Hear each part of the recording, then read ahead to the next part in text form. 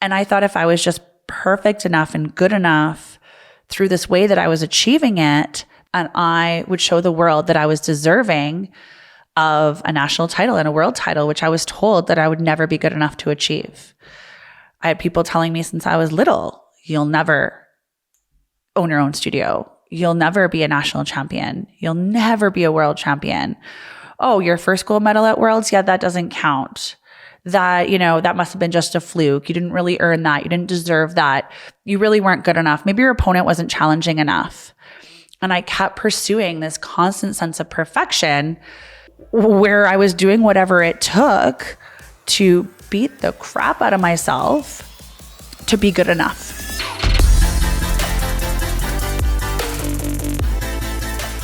Welcome back to Beyond the Black Belts podcast. I'm Megan Cotterill, the owner and founder of 5 Elements Martial Arts in Calgary and the World Kickboxing and Karate Union Team Canada president. This episode is going to be life lessons I learned from fight camp. But I'm going to discuss something very personal and something that's taken me a long time to process, which is self-harm. Through being a competitive fighter for a long time and the intense fight camps that I went through for a decade, there was a lot of emotional, psychological, mental, physical things that I had to process during that time. And it was everything that I was facing inside the fight camp itself and all the training that was required and the focusing and the meal plans and the sleeping and everything I needed to do physically. But it was also processing postpartum depression, trauma and abuse. It was a divorce. It was being a small business owner, trying to expand, trying to go through economic ups and downs. It was trying to be a friend. It was trying to be a mother. It was when I got my son's autism diagnosis was during my fight camp years. And so self-harm was the way that I think I ended up coping with a lot of the things that I went through during that 10-year period of time. And a fight camp was the perfect cover. So I didn't always have a realization that I was self-harming as brutally as I actually was. I had a discussion with my best friend on the couch very, very recently, and she's been my special person for over a decade, and she's watched me go through these ups and downs. She's watched breakups and terrible business catastrophes and divorces and moving and therapy and mental health issues and surgeries. And she's been there for all of it. And we were talking and she said, I think you have a pattern. And your pattern is when you are emotionally or psychologically distressed, for whatever reason it is, she goes, you start to go down a path of self-harm. You start to look for ways to punish yourself, especially physically, so that you can cope with the mental and emotional stuff that you're going through, because you'd rather feel the physical pain or have that physical distraction than actually sit with your feelings and actually process what you're going through and actually sit with yourself and be okay with working through whatever it is that is affecting you so terribly and with so much intensity. So I'm grateful for her 2x4 to the head, which she's very good at. And she cares about me enough to help me to realize my negative patterns and my patterns of self-destruction. And self-harm is definitely something that I've seen in my life since I was little. I've had tendencies since I was probably 3 or 4 years old that whenever I was in distress, I would self-harm. Sometimes that was pulling my hair out. Sometimes that was biting my nails till they bled. And in a lot of cases, it was also severe eating disorders. Even when I was younger and growing up and going through elementary and junior high and high school. Whenever I'm in distress, I think I've used the self-harm to gain a sense of control and to distract myself and think that I have enough control over my body to handle what's happening and to focus on what it is that I'm managing in a good way. So gaining control can mean everything from having a certain number on the scale and then hitting it and feeling successful because you achieved a goal and because you were determined and focused and structured enough to hit that goal. Sometimes that's a great thing. Like if you're focusing and staying determined and you're concentrating and you're showing up and you're going through your plans and you're attacking that success, that's amazing, but not when it costs you your health or your well-being, or if it's an excuse or diversion from what you're actually going through that you don't want to face. The control that I felt from starving myself was a great focus and distraction for me. I am 5'10". At my lowest, which was my first world championships after having my son, I weighed in at 117 pounds. I was able to obsess to the point where I was eating as low as 500 to 700 calories a day. And I thought starvation, and I thought dreaming about bread, and I thought hearing my stomach constantly blacking out, getting dizzy spells. I thought that was like me, like performing at my best and being a great athlete and sticking to what I needed to do to be successful and losing all the baby weight that I had to and having abs and being that role model. Like if I was fit and lean and the lowest weight possible and I was able to control that and focus on that, then that meant I was actually okay. I completely wasn't okay. Like not even a little bit was I okay. I was having multiple panic attacks a day. I would be teaching a class and I would black out and not remember what I was doing. I would fall down the stairs. I would hit walls. I would forget where I was driving to. It ended up taking over a lot, but I didn't realize it at the time because I thought I was succeeding. I thought that I was crushing it. I thought that I was in control of everything that I needed to be in control of. So it deferred everything for me. And I thought that if I strived for that perfection, then maybe it would translate to the rest of my life. Maybe what people would notice. Maybe people would notice that, oh yeah, even though I was going through a divorce or breakups or crazy things or postpartum, they're like, wow, she's doing okay. Like, you know, like look at how fit she is and look at all the competition she's winning and look at how her business is doing okay. Inside, none of it was doing okay. I think there's always ups and downs in relationships and personal life and business. And there was a lot of times my business was not okay.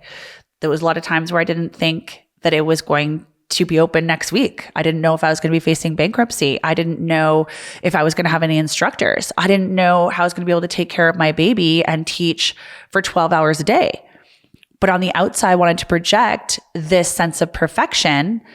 And I felt like my eating disorder and being as lean as possible and staying in control of that and telling everybody, oh, I'm having this protein and I'm doing this and I'm getting this amount of cardio done a day and this amount of weights and this is fight training and everything's okay, that they would see me as okay. And they would treat me like I was okay. And they would treat me like I was a successful athlete that was going to be super accomplished and that could win world titles. And I thought if I was just perfect enough and good enough through this way that I was achieving it, that I would feel that and I would show the world that I was deserving of a national title and a world title, which I was told that I would never be good enough to achieve. I had people telling me since I was little, you'll never own your own studio. You'll never be a national champion. You'll never be a world champion. Oh, your first gold medal at Worlds? Yeah, that doesn't count. That, you know, that must have been just a fluke. You didn't really earn that. You didn't deserve that. You really weren't good enough. Maybe your opponent wasn't challenging enough. And I kept pursuing this constant sense of perfection where I was doing whatever it took to beat the crap out of myself to be good enough and to feel like I had control over the things I could have control over when nothing else felt good and I was spinning out of control and I couldn't sleep and I was dreaming about cupcakes and I didn't know how to handle basic things in my life. I remember being on my floor crying and panicking and I had to be at work in 10 minutes. And I was like, okay, Megan, just focus on your calories, focus on your workout, focus on how you look that day. Focus on pushing through. Focus on looking like you really have everything together in your life. Like show everyone this sense of perfection that you got it together. And if you could get it together, then you'd be a great mentor and a great teacher. And then everyone else would have it together too. If you are liking this podcast and this topic, please comment below, share your thoughts, like or share. In this part of my self-harm, where I'm only really speaking about my weight and my starvation and just basically having a disordered eating issue, a lot of it was other people's expectations of me. I was told that if I decided to compete at a weight class that was healthy or normal, I would never be successful. I would never be actually good enough to compete with girls that were muscular or strong or healthy or could kick or punch harder than me. Their expectations were, if you want to be successful, if you really want to pursue these goals, you need to be the tiniest weight that you can possibly manage. And I had to keep that weight all year long because I was doing full contact fights. I was doing point fights. I was doing different tournaments throughout the year. And I always had to be ready for a weigh-in or an opportunity. And the opportunities I had or that I was being encouraged to go into were at minus 55 kilogram weight classes, which for a normal girl isn't normal, isn't reasonable. It's about the weight of a girl in grade 7 or maybe in grade 6, even for that matter, or not even that. So being 5'10", constantly competing at 121 pounds, minus 55 kilograms, because I was told that this is the weight for you. This is the only way that you'll be successful. This is the only way that you'll win. This is the only way that you'll have an advantage. This is the only way that you will have reach or ability or maneuvering. And you're not a really good fighter anyway, Megan. So you might as well try to give yourself the best advantage and the best edge that you can. And those expectations really messed with my head. And it really fueled all the other reasons why I was self-harming with my weight and with food and with what I was doing. So what that led to was my belief that I had to stay at that weight class. And I did for a long time. And then I was told that even though I was in that weight class, that was the only thing I was good at and the only thing I should focus on, and that I wasn't capable of competing with anybody heavier than me. So that fueled even more anger. And I pursued getting gold medals, weighing in at 121 pounds. And I got those gold medals as a lightweight in a middleweight category and in a heavyweight category. I wanted to be able to be so depleted and so small and so self-regulated, but also have the ability, the talent, the skill, the power, the strength, the determination to face any opponent at any weight possible. There was times when I didn't even remember my fights. There was times when I was so exhausted and depleted that I couldn't remember the next day. I had no idea what training and fighting with energy even felt like. I didn't have knockout power. All I had was anger and control and speed and overtraining and training to the point where every part of my body from my ears to my toes hurt for months and months and months and months and months at a time. The interesting part about the pain, though, was that I thought it was normal. I thought it was normal because I had a disease that was a chronic pain condition and that also affected my immunity since I was 15 years old. So I had been in excruciating pain since I was 15 years old. And now 15, 20, 25 years later, I'm in that exact same pain. And so I was like, what's a little more physical pain? I have to be able to fight through this pain every day anyway. So maybe this is just what my life looks like. Maybe this is just what I'm meant for. This is just what I need to overcome to actually be relevant in my sport and my industry and what I'm trying to build and create and how I'm trying to build out my resume and give myself some confirmation and some validation and to help my self-esteem. I mean, it really affected my self-esteem, my perfection and my size, and getting these gold medals at these weight classes, like, made me feel like I was worthy of just being and breathing and having a business and being in this industry and creating this resume for myself.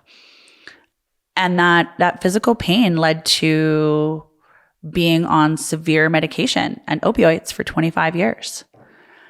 The pain control and the opiates I took for this disease also helped me numb all the rest of the pain that I was going through.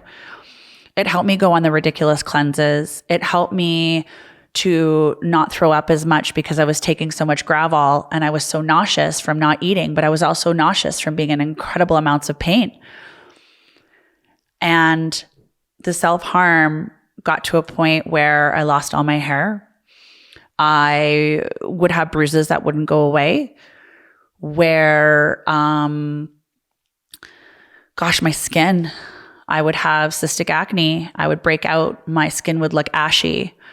I didn't have any emotional regulation because I was so on edge and I was so hungry and I was so depleted and I wasn't nourishing anything about myself. And what I realized was, throughout all this self-harm, I watched one of my students one day start to count her calories, and she was 11.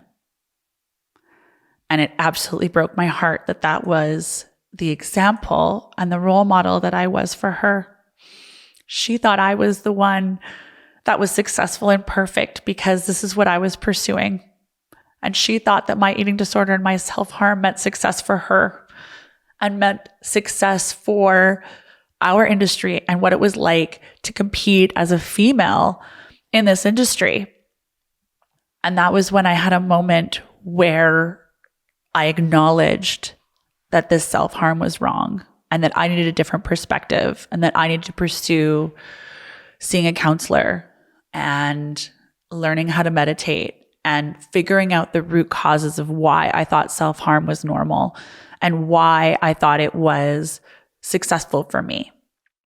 There is more to the self-harm journey, but if you are going through this or you have anyone else that's going through this, please form a community. Please reach out. Please talk to people. There is a lot of support out there. There's a lot of resources out there. You are worth it. You are enough. You can nurture your body. Control over your body is not success. And you can overcome this. You can absolutely overcome this. Just reach out. If you have any comments, if you want to hear more about my self-harm story and how I came out the other side, or if you have any questions, please share with me. This is an important topic. I think it needs a lot of awareness. It's something that I think a lot of people suffer with without telling anyone. I think it's time where we all support each other and love each other a lot more. Please share and like. Thank you.